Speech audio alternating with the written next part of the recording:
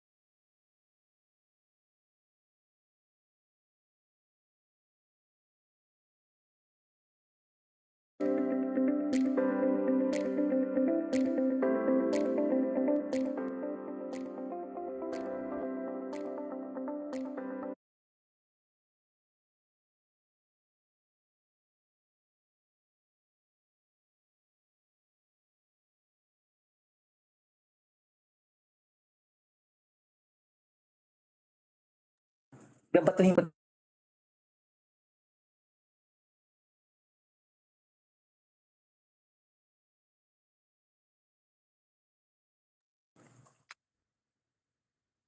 Good morning, everyone, and welcome to the second session of the virtual public consultation of various draft department circulars under the EC Act of the Department of Energy, Energy Utilization Management Bureau. While waiting, we ask our online participants to kindly rename their Zoom profile with the given in the chat meeting, given format, which is your organization, your affiliation, dash your first name and last name for proper acknowledgement. Also, make sure to turn off your cameras and your mic to avoid distractions. For a more organized discussion, we have provided in the Zoom chat meeting the link to send your questions and queries. We'll only accommodate those questions, so send them through the Google form link provided here.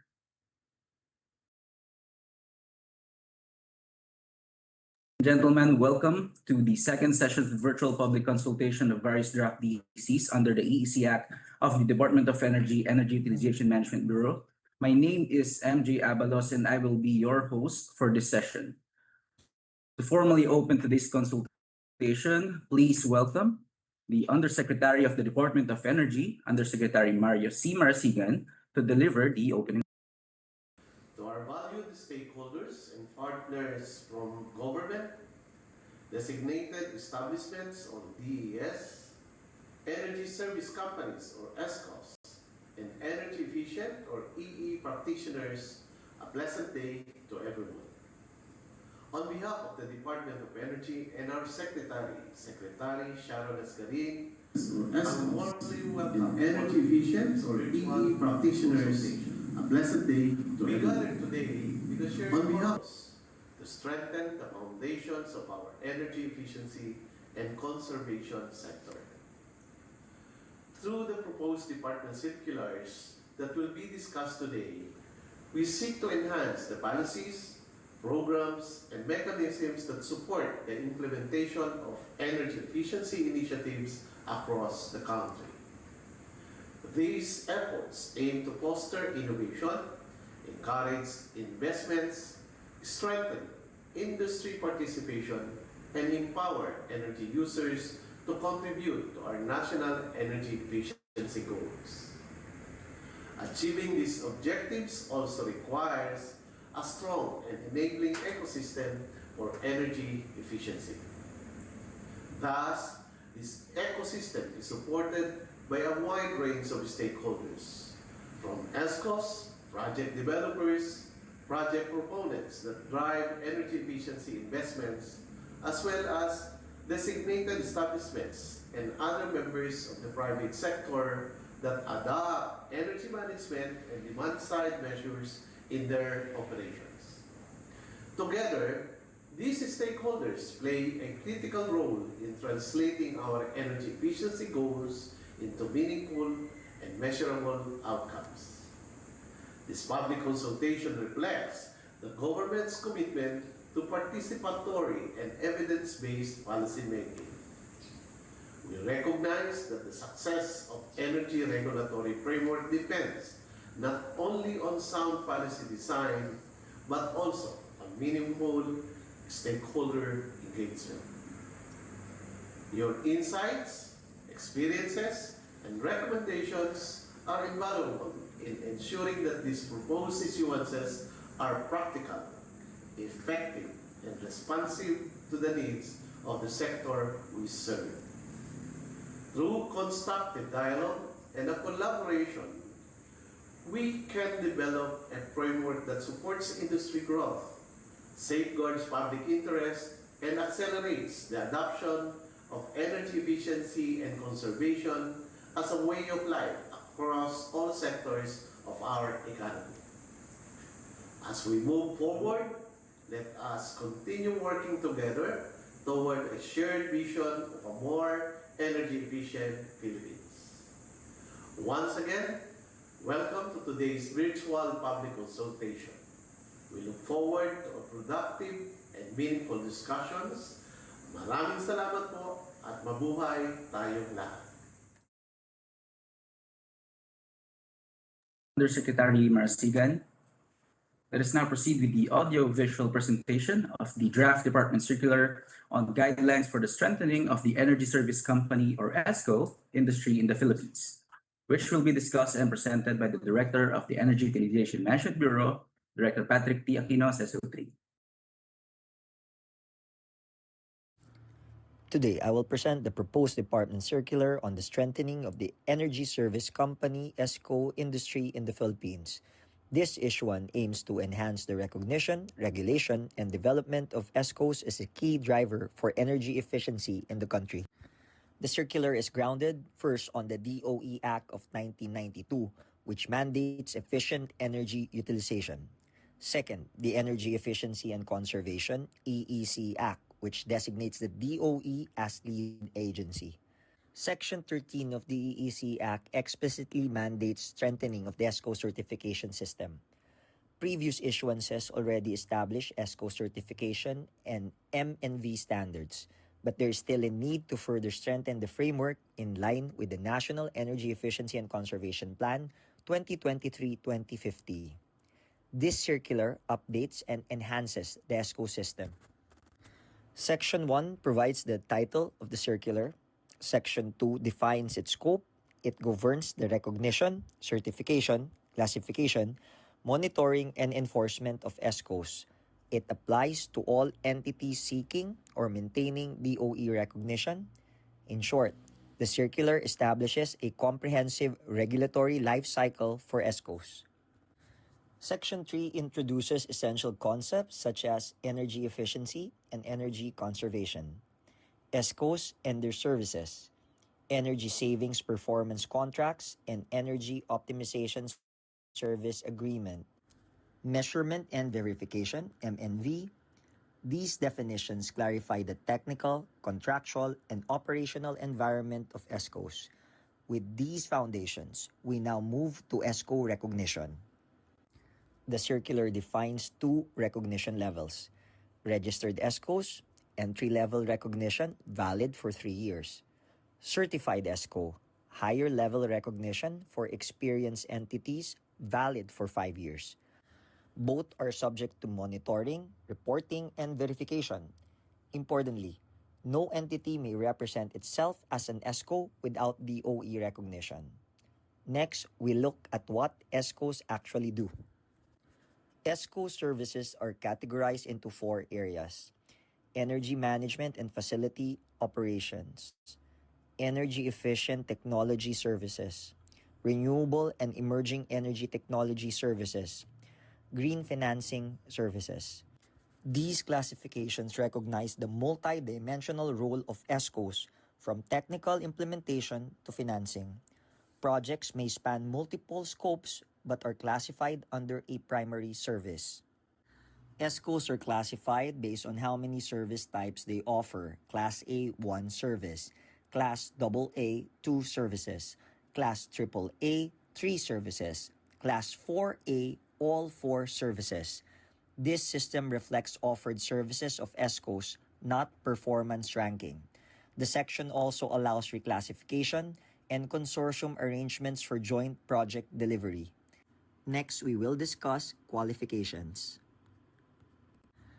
To qualify, ESCOs must demonstrate legal registration and compliance, technical expertise and manpower, financial capability, track record of project implementation.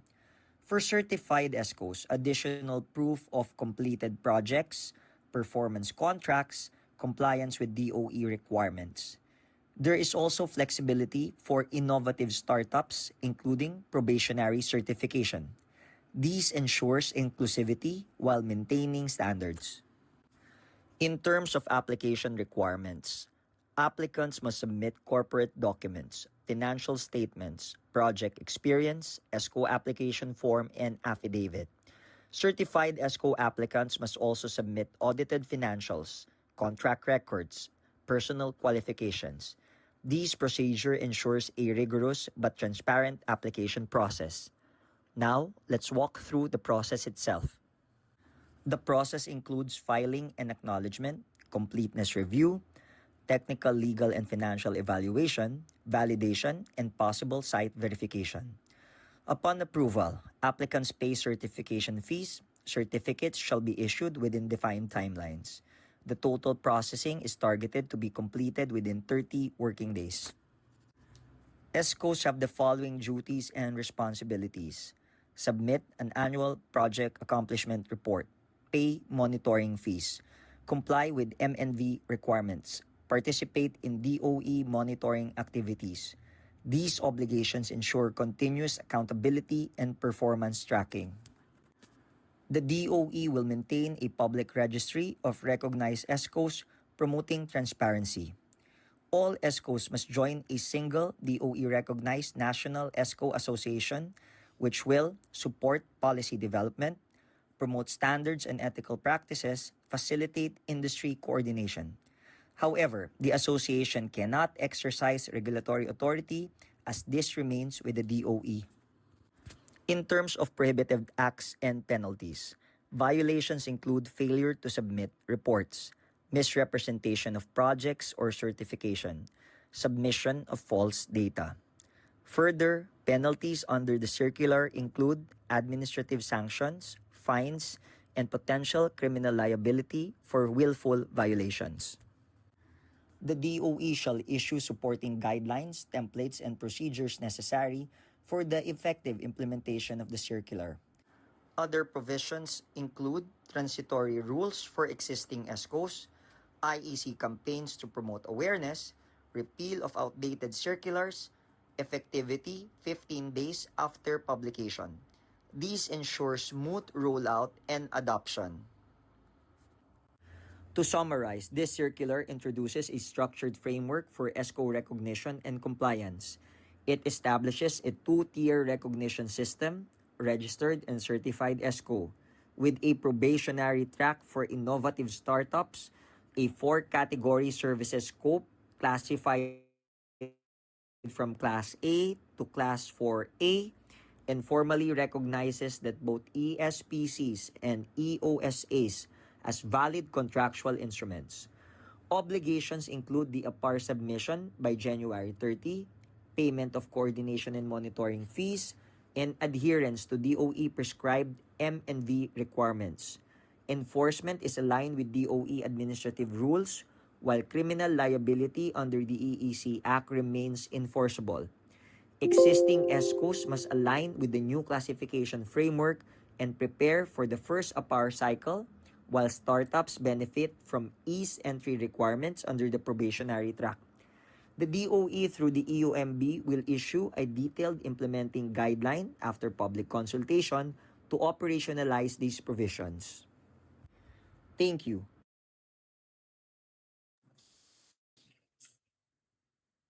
Thank you, Director Aquino. If you have any questions regarding the presented draft department circular, you may refer to the Google form link provided in the meeting chat. Once again, that was the presentation on the guidelines for the strengthening of the ESCO industry in the Philippines. Up next, we will hear an audio-visual presentation of the draft department circular on the omnibus guidelines for the endorsement of energy efficiency projects This for fiscal incentives. Let's watch this. presentation introduces the Omnibus Guidelines for Endorsement of Energy Efficiency Projects for Fiscal Incentives. The policy is designed to consolidate and strengthen existing frameworks, streamlining the process for evaluating, endorsing, and granting fiscal incentives to energy efficiency projects. By providing a more coherent and efficient system, these guidelines aim to encourage greater investment in energy efficiency, reduce operational energy costs, enhance national competitiveness, and promote environmental sustainability in the country. This circular is anchored on several key laws. The DOE Act, which mandates efficient and sustainable energy utilization. The EEC Act, where the DOE is designated as lead agency for EE projects. The Create and Create More Acts, which provide the fiscal incentives framework, including income tax holidays, enhanced deduction, and performance-based incentives. Additionally, the Board of Investments, together with the Fiscal Incentive Review Board, FIRB, ensures that incentives are targeted, transparent, and time-bound. Given these evolving policies, there is a need to issue a harmonized and updated omnibus guidelines, which is the subject of the circular. Now, let's move to its main provisions. Section 1 formally names the circular as the Omnibus Guidelines for Endorsement of EE Projects for Fiscal Incentives. Section 2 defines its scope, which covers the classification, evaluation, approval, and endorsement of energy efficiency EE projects to BOI for fiscal incentives. In essence, the circular provides for the end-to-end framework for how EE projects qualify for government support. Section 3 establishes key technical and financial definitions. These include annual energy savings and avoidance, which measures reductions in consumption. Baseline, which sets the reference for evaluating improvements. Cost-benefit analysis, ensuring economic viability. And concepts like ESCOs, Energy Saving Performance Contracts, ESPC, Energy Optimization Service Agreement, EOSA, Registered Business Enterprise, REB, Income Tax Holiday, ITH, Special Corporate Income Tax, SCIT, and other definitions relevant for fiscal incentives. These definitions ensure consistency and clarity in evaluating projects. With these foundations, we can now proceed on how projects are classified. 5 major classifications are introduced. EE retrofitting projects are upgrades to existing systems like HVAC, lighting, and industrial processes. Technology demonstration projects, pilot or proof of concept initiatives. Technology implementation projects, large-scale deployment of proven technologies. Vehicle refleeting projects, transitioning fleets to EVs or efficient alternatives. Government EE projects, public sector initiatives improving energy performance. These classifications help tailor evaluation criteria and incentives based on project type and maturity. Section 5 defines minimum investment levels and energy performance requirements. Projects must meet investment ranges from at least 1 million to over 10 million and corresponding energy saving target from 10% to 20% depending on project size. Evaluation is supported by energy audits or cost-benefit analysis and measurements and verification or MNV protocols. These ensure that only impactful and measurable projects qualify. To qualify, projects must reduce energy consumption or emissions, contribute to economic development and job creation, be environmentally beneficial and technically feasible. Importantly, projects should not yet be fully commercialized, though limited early-stage development is allowed. These criteria aligns with national energy and developmental goals. Next, who can implement these projects? 4 types of implementers are recognized. ESCOs, delivering performance-based efficiency services. Third-party project developers, financing and executing projects. Joint ventures, combining ESCO and developer expertise. And self-finance implementers using internal capital. All must be registered and compliant with regulations. Eligibility does not depend on financing structure, ensuring flexibility for investors. We now proceed with contractual requirements.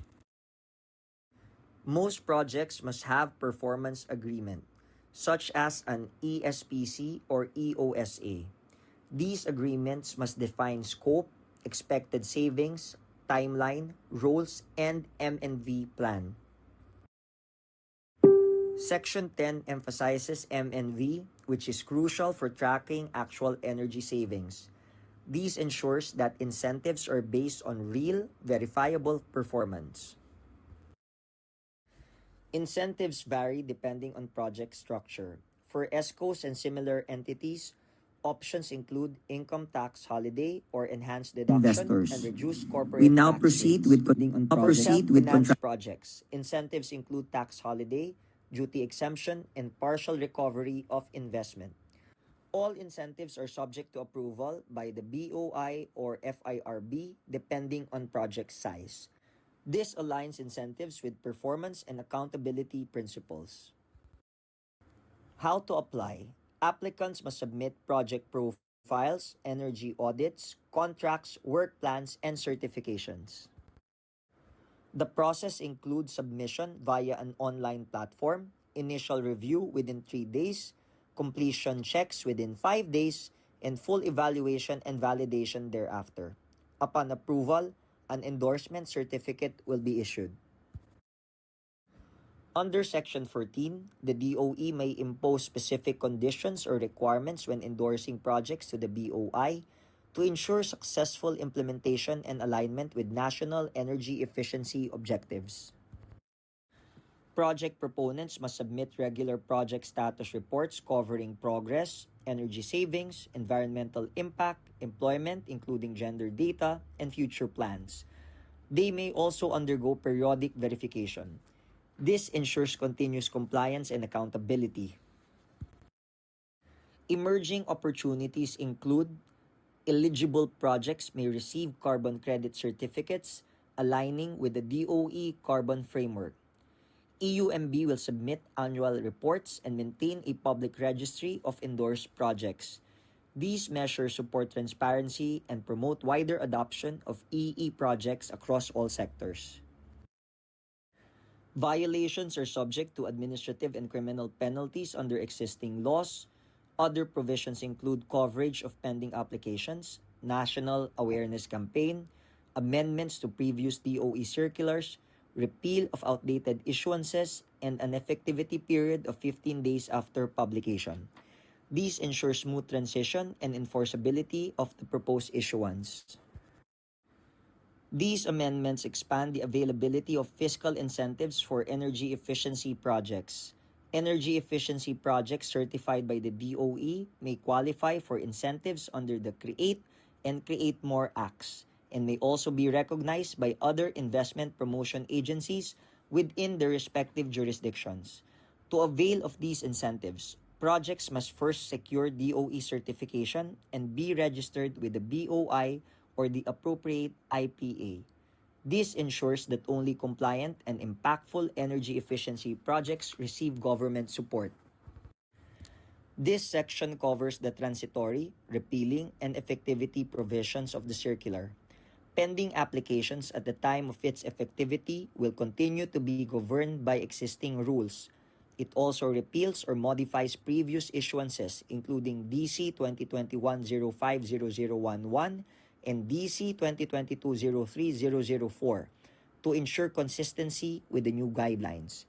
Additionally, if any provision is declared invalid, the remaining provisions will remain in full force and effect.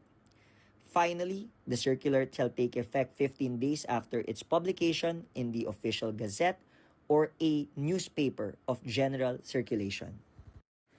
In summary, this omnibus circular harmonizes existing policies, expands project classifications, strengthens evaluation and M&V, and aligns incentives with measurable performance. Ultimately, it supports the country's transition towards a more energy efficient, sustainable, and competitive economy. Thank you. This presentation introduces. Thank you, Director, for your questions again on the presented draft department circular. you may refer to the same Google form link provided in the meeting chat. Finally, for the last presentation, we will hear an audio-visual presentation of the draft department circular on prescribing the policy, general framework, and guidelines on the load management program for designated establishments. Let's watch. This is a presentation on the circular that seeks to establish a framework for the implementation of load management measures among designated establishments, distribution utilities, and other concerned stakeholders. It aims to strengthen the demand-side management DSM initiatives of the department, promote and encourage responsible use of energy, support grid reliability, and provide guidance on the rules and responsibilities of distribution utilities, designated establishments, and other industry participants. The proposed circular is anchored under the DOE Act, the Electric Power Industry Reform Act, EPIRA, the Renewable Energy Act of 2008, and the Energy Efficiency and Conservation EEC Act, which mandates the DOE, with the assistance of the Energy Regulatory Commission and the Philippine Economic Zone Authority, pursue DSM programs for the electric power industry. For the purpose of the circular, it will be known as the Load Management Program for Designated Establishments and will apply not only to DEs but also distribution utilities only insofar as they voluntarily participate in, support, and administer. Guided by these legal mandates and policy Actual directions, the requirement. proposed circular establishes the policy framework for the implementation of a lawful load management and demand-side management measure across the energy sector. It promotes the active participation of DEs, distribution utilities, and other stakeholders in managing electricity demand to improve energy efficiency, enhance grid reliability, and strengthen energy security.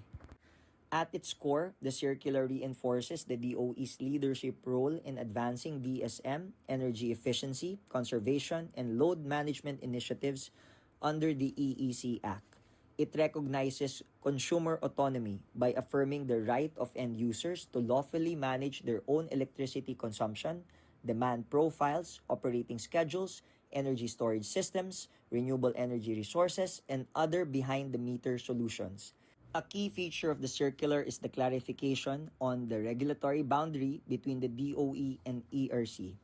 Purely internal, non-exporting, non-compensated, and not rate-impacting behind-the-meter measures remain within the DOE's policy and program framework. On the other hand, activities involving electricity export, net metering arrangements, compensation mechanism, billing, settlement, regulated metering, tariff approvals, and utility cost recovery continue to fall under the jurisdiction of the ERC. Equally important, the circular adopts a principle of non-disincentivization. It recognized that lawful demand-side management, energy efficiency, load shifting, peak demand reduction, and consumer-driven energy management measures should not create financial disincentives for distribution utilities, the transmission network provider, or other regulated network service providers. Any reduction in electricity sales, delivered energy, peak demand, or network throughput resulting from consumer-side actions shall not by itself diminish the opportunity of regulated entities to recover prudently incurred and ERC-approved costs or earn reasonable returns under applicable regulatory frameworks. Another key feature of the circular is that it recognizes that sustained demand reduction and load shifting achieved through DSM, energy efficiency and energy storage, self-consumption, and other consumer-side measures should be reflected in the review and adjustment of demand-related obligations, including contracted demand levels, demand charges, and time of use eligibility.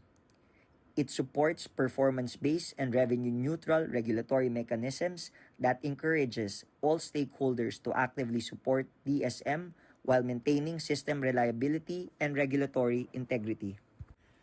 The issuance likewise adopts the voluntary participation framework during periods of yellow alert, red alert, or supply deficiency. However, it is expressly provided that participation shall not automatically become mandatory unless supported by law, an existing agreement, a participation protocol, or another lawful mechanism. Lastly, the proposed circular recognizes sustained demand reductions and load shifting achieved through energy efficiency and other load management measures. By providing a mechanism for recognizing these improvements in the review of contracted demand levels and other demand-related obligation, the circular seeks to encourage greater investment in consumer-side energy management solutions. A key feature of the issuance is its recognition of the behind-the-meter load management measures as legitimate tools for managing electricity demand. These include actions undertaken by end users within their own facilities, such as improving energy efficiency, adopting renewable energy systems, utilizing distributed energy resources and energy storage systems, implementing load shifting or peak shaving strategies, and deploying energy management and digital monitoring solutions. To ensure that load management program is implemented effectively, the proposed circular establishes the load management team. The team will serve as the primary coordinating body responsible for overseeing planning, implementation, and continuous improvement of the program. It will be composed of relevant offices in the DOE and may include representatives from partner agencies such as the ERC, the National Electrification Administration, the Philippine Economic Zone Authority, among others, as may be designated by the DOE. It is important to note that participation of other agencies, particularly the ERC, does not affect their independent regulatory mandate, and coordination will remain consistent with their respective legal roles. The DOE serves as the lead implementing agency for the load management program. The DOE shall issue advisories and notifications to guide participating DEs in implementing appropriate load management measures. To support implementation, the EUMB shall issue necessary implementing guidelines and establish a centralized reporting monitoring system, including the DE online submission portal to facilitate data collection, compliance monitoring, and performance assessment. In addition, EUMB shall provide technical assistance and capacity building support, including the facilitation of pilot and demonstration projects to encourage the adoption of innovative technologies and best practices. Designated establishments are key stakeholders in the successful implementation of the load management program. Under the proposed circular, DEs are encouraged to proactively manage their electricity consumption, particularly during periods of system stress and supply constraints. These include implementing appropriate load management and energy efficiency measures, optimizing operational schedules, and improving the efficiency of energy-consuming equipment. The circular also promotes the adoption of renewable energy systems, energy storage technologies, distributed energy resources, and other innovative solutions that enhance demand-side flexibility and resilience. To support effective monitoring and evaluation, DEs are encouraged to utilize smart metering and other digital technologies capable of providing accurate and timely energy consumption data. Participating establishments shall also submit the required reports and information, including data on embedded generation capacity and load reduction performance through the prescribed DOE reporting platform. Distribution utilities play a vital role in implementing the load management program, serving as a primary interface between the power system and electricity consumers. Under the circular, DUs are expected to support program implementation through customer engagement, information dissemination, and the promotion of load management and DSM initiatives. They shall facilitate consumer participation in the programs such as the Interruptible Load Program and other DSM measures aimed at reducing electricity demand during critical periods. The circular also encourages DUs to undertake load and market studies for better understand consumption patterns, customer behavior, and opportunities for demand-side interventions. Relevant data and reports shall be submitted to the DOE to support monitoring, evaluation, and policy development. In addition, DUs are expected to incorporate load management strategies and DSM resources into their distribution development plans and other planning processes. Through these responsibilities, DUs serve as key partners in enhancing customer participation, improving grid reliability, and advancing a more efficient and resilient power system. To encourage broader participation and sustained engagement, the circular provides for incentives, support mechanism, and recognition initiatives. Any cost recovery or compensation involving regulated charges remain subject to the approval of the ERC. In addition, designated establishments are strongly encouraged to implement EEC measures such as upgrading to energy-efficient equipment and adopting renewable energy systems. qualified projects may avail of fiscal and non-fiscal incentives under existing government programs, subject to evaluation and approval of relevant agencies. Beyond financial support, the DOE also recognizes the importance of acknowledging leadership and good practices. To this end, the DOE may confer awards and formal recognition to entities that demonstrate active and consistent participation, measurable contributions to load reduction or DSM, and commitment to improving EE and supporting grid reliability. These recognitions may be integrated in the Energy Efficiency Excellence EEE Awards, further promoting a culture of innovation and responsible energy use. The department welcomes the continued participation and support of all our stakeholders for refining the proposed issuance. Thank you, and we look forward to your continued cooperation as we finalize this policy initiative for future implementation. Thank you, Director. We now open the floor to answer your questions. To those who haven't yet, for your questions, again, kindly access the Google Form link that was sent earlier and will be sent again by our team. We'll accommodate as many questions as possible within the allotted time. Please keep your questions concise and related to the presented draft DCs so we can hear from more participants and have a productive discussion. I now invite Director Aquino to answer the questions sent to us through the link. Yeah, thank you for our attendees today.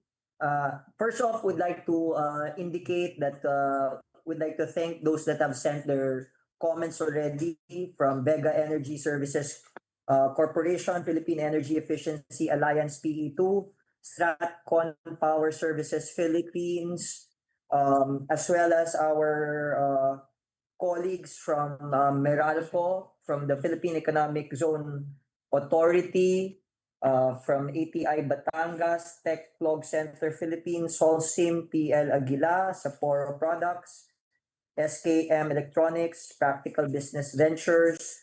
What we'd like to indicate is that the version that has been presented to you earlier is already reflective of the inputs that we've taken into consideration. If you notice that that particular input that you previously sent was not reflected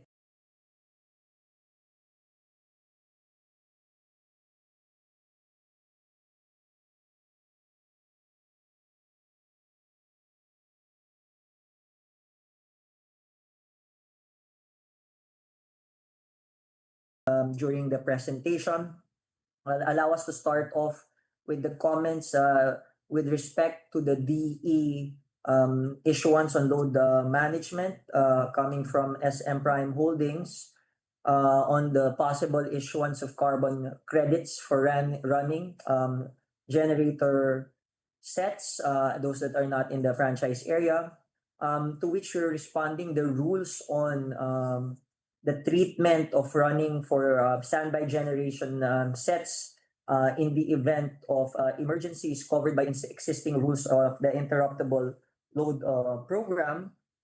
With respect to the carbon credits, as you are aware, in the existing issuance of the Department of Energy on carbon credits, that's reserved for particular projects such as renewable energy projects and energy efficiency projects. So that might not be applicable. From the second question, this time from PE2, on the requirement for CEAs for registered and certified ESCOs. With the introduction of the classification system presented, we will be taking the requirements on a case-by-case basis. If need be, we'll reflect it in the issuance. But as you've noticed, the classification system is now wide set. There may be instances wherein a CAA may or may not be needed for the particular ESCO. Proceeding now to the question or comment from SMIC.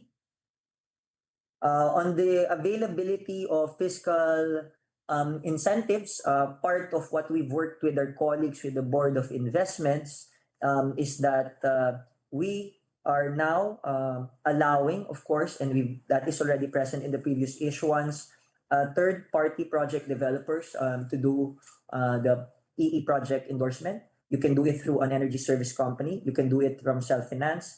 And one of the major introduction or changes that we've done in the circular for the fiscal incentives is our direction to try to align it more with Create More Act and opening up opportunities for our other investment promotions authorities to be able to draw on the energy efficiency incentives.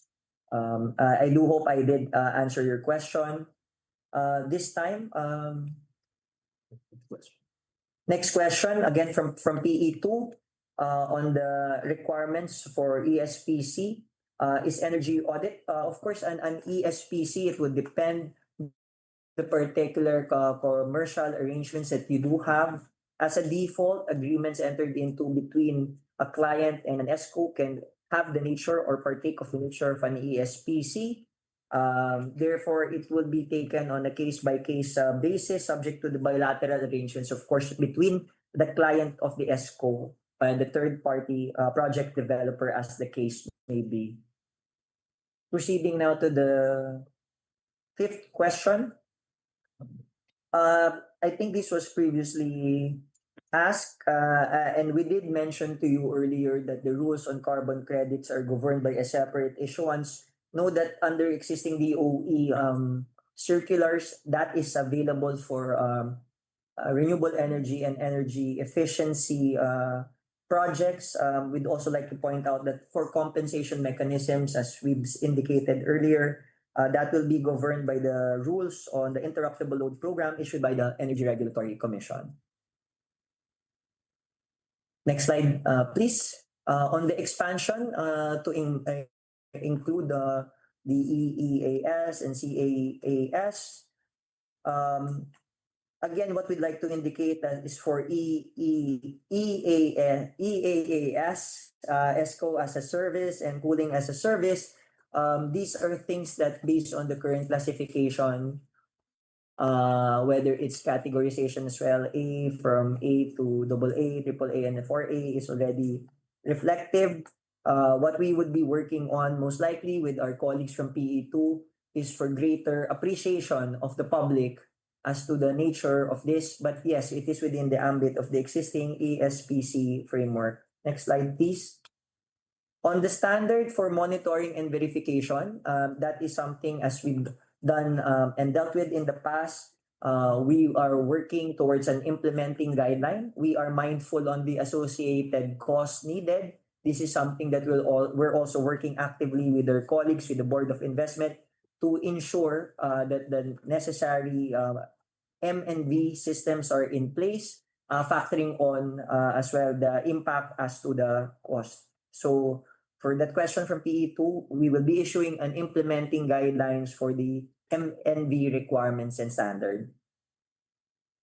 For question number 8 again, this time from PE2 but from IM Tech, the direction for us is that for carbon credit and the carbon credit market, that's a separate issuance made by the Department of Energy. What we can update you on is that there is a working group right now actively going through the mechanism for the certification, certificate trading, and possible market for the same. This is not this issuance. The fiscal incentives issuance is not this. But rest assured that once the updated framework in relation to the carbon credits is issued, the department will be moving forward. What this issuance does indicate is that energy efficiency projects can generate carbon credits that later on can be traded in that carbon market. Thank you. For continuing again to the question on asset recognition and tax treatment, that is something that again is being actively worked on by the Department of Energy in a separate issuance. Again, to be clear, this is not the issuance on the carbon credit trading. What the draft issuance on energy efficiency project does indicate clearly is that the energy efficiency projects can generate carbon credits, and that once the market and the mechanism is put in place by the Department of Energy, the questions on treatment to taxes, coordination with the DENR and CCC, those will be taken care of by that particular issuance. So proceeding now to the 9th question on the solar PV installer. This is a very good question actually. And right now, there is actually a draft that has been posted, and I think the Atlas Fertilizer Corporation is referring to the existing issuance that's for public consultation as well. When we do the public consultation for the solar PV installer registry, we will clarify the relationship between an energy service company as indicated here, particularly for the renewable energy efficiency service provider in relation to the ESCO issuance and the solar PV installer. What we'd like to tell the public at this point in time is that the DOE will be actively enforcing required standards for installers to comply with safety requirements and ensuring that the industry, whether it's on the what equipment are installed in businesses and households, as well as the installers themselves comply with existing relevant requirements. And this will be done through an accreditation mechanism. Next slide, please. Now, for the question on recognized ESCOs, we have retained that provision that energy service companies of certain classification with the certified energy auditor in tow have that built-in right to do an energy audit that is compliant with the requirements of our existing issuances for designated establishment. That still remains to be the case right now.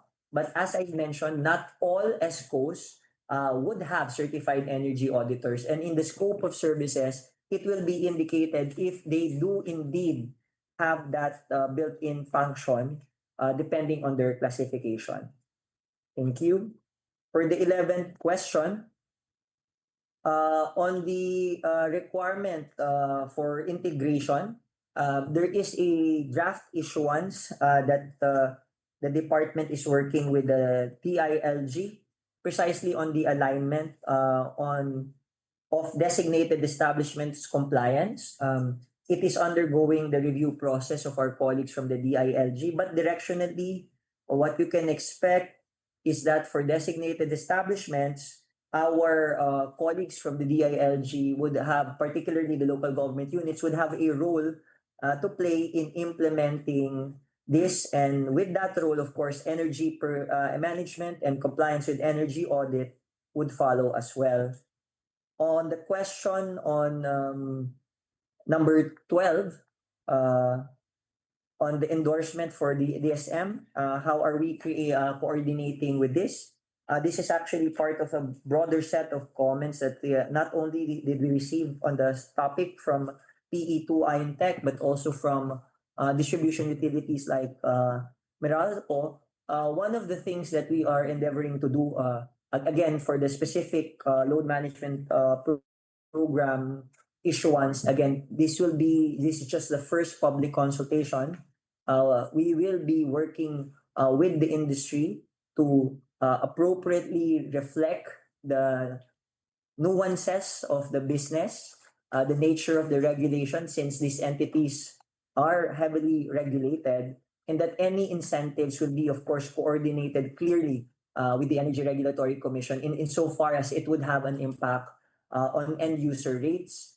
Rest assured that at least conceptually, what we presented represents our direction, but the final form as to how this would be finally implemented would still be reflected in subsequent public consultations on this particular topic. Next slide, please. Yes, we can confirm for this particular comment that in the coming period, hopefully within the year, the ESCO accreditation process will be part of the energy efficiency practitioners accreditation and registration system. Our direction is in compliance with the instructions and directions of the Secretary Garin, is for us to fully automate all processes. So to our ESCOs and would-be solar PV installers, you can expect that the accreditation mechanism will be through epar.doe.gov.ph, hopefully before the end of this year, if not earlier. For the question from 14 question from Enerwise, we will be, of course, releasing the complete set of the presentation as well as the draft issuances with the annexes after the public consultation. We do request you, of course, after the public consultation, to please fill up the feedback form. Thereafter, and in your nominated email, we will be providing you copies of all materials presented this morning, including the summary comments as well. And for the 15th question, for integrated projects, we have simplified this. You may have not seen it earlier. There's a standard fee for the number that we've capped.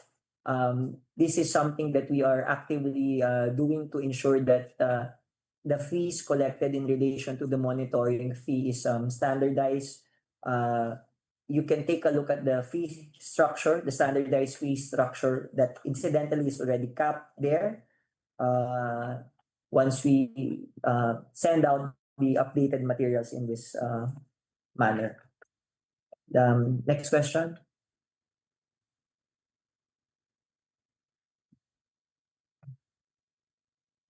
Yeah, I was informed that we were able to go through the questions already. I'm again asking the team to check the chat box and in the stream if there are additional questions. Having been told that there's none, allow me to again extend our appreciation to our stakeholders for taking the time to provide their inputs on the 3 issuances that we've discussed, on the strengthening of the ESCO industry circular, on the policy for load management program for our designated establishments, and the omnibus guidelines for endorsement for energy efficiency projects for fiscal incentives. We're presenting this to you in this manner because we're viewing this holistically. We are seeing that the role of ESCOs parlays into the development and implementation of a load management program. We are likewise aware that energy efficiency projects need to be incentivized, hence our direction for greater access to fiscal incentives. As we've indicated in the summary, the changes are really geared towards opening up more opportunities for our private sector colleagues to be able to avail of the incentives under the EEC Act and ensure that your journey towards energy efficiency and sustainability becomes meaningful. At this point in time, I'd like to also deliver now the closing messages. For comments, we will be requesting you to please provide your inputs by July 2 in the designated email. And as we conclude today's this portion of the public consultation, because we still have another one, this time on vehicle fuel economy performance, probably 10 minutes from now. I invite everyone to reflect not only on the productive discussions, the comments that you've shared, but the journey really does continue for us. These department circulars represent a critical step in strengthening the capabilities and goals towards energy efficiency and conservation, particularly of the energy service company industry, optimizing load management for our designated establishment, as well as streamlining the process for fiscal incentives for energy efficiency projects, which are really high impact projects. So to our dedicated stakeholders, our energy service companies, our designated establishments, and most of all our EE practitioners, your active engagement and insights are very much appreciated. As always, your feedback is material for us in improving the issuances that we craft. We truly value your time, dedication, and your collaborative spirit for us to be able to come up with a robust, practical, and issuances that reflects the realities of your sectors. We are constantly refining our regulatory frameworks, particularly on recognition, classification, monitoring, and project endorsement. These are not just aimed at just amending for amendment's sake. What we aim to deliver is more transparency and a more credible environment that empowers all of you to really deliver on the high energy efficiency initiatives. We always call on you to remember that energy efficiency is a daily continuous pursuit. We are grateful for your continuous feedback and support. Let's work together in the coming days for a sustainable energy efficient Philippines. And I take this opportunity to invite everyone again to join us on Saturday sa oras natin sa efficiency or 1 from 8 to 9 in the evening. Switch off non-essential lights, unplug appliances that are not in use. These are little things that moves us closer to a more sustainable, energy efficient country tungo sa bagong Pilipinas. Maraming salamat po. Mr. Aquino, that concludes the second session of the virtual public consultation of various draft department circulars under the EEC Act of the Department of Energy Utilization Management Bureau. Should you have further questions regarding the draft department circulars presented today or any other queries, you may send them to our official email addresses at doe.tumb@gmail.com and doe.etmed@gmail.com. Again, to our participants, stakeholders, and partners, we thank you for joining us today. Your contributions are vital in shaping our energy efficiency and conservation policies. On behalf of the Department of Energy Utilization Management Bureau, and Energy Efficiency and Conservation Program Management and Technology Promotion Division, we thank you.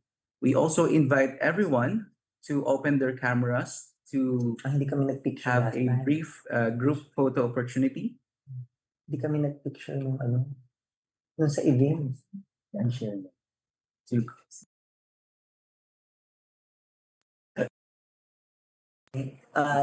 Sorry, earlier for those who joined, we were not able to do the photo documentation.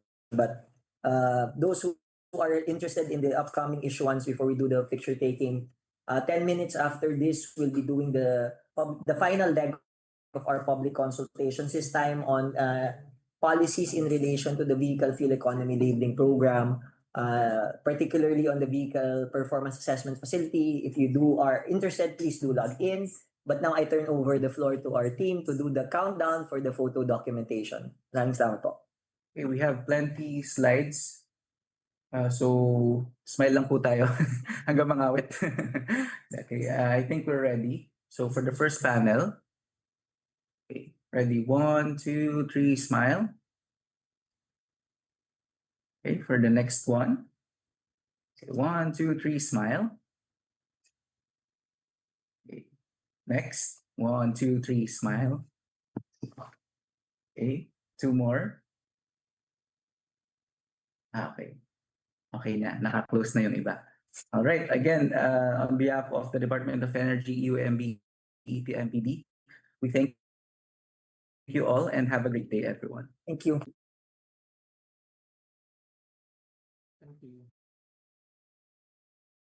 Recording stopped.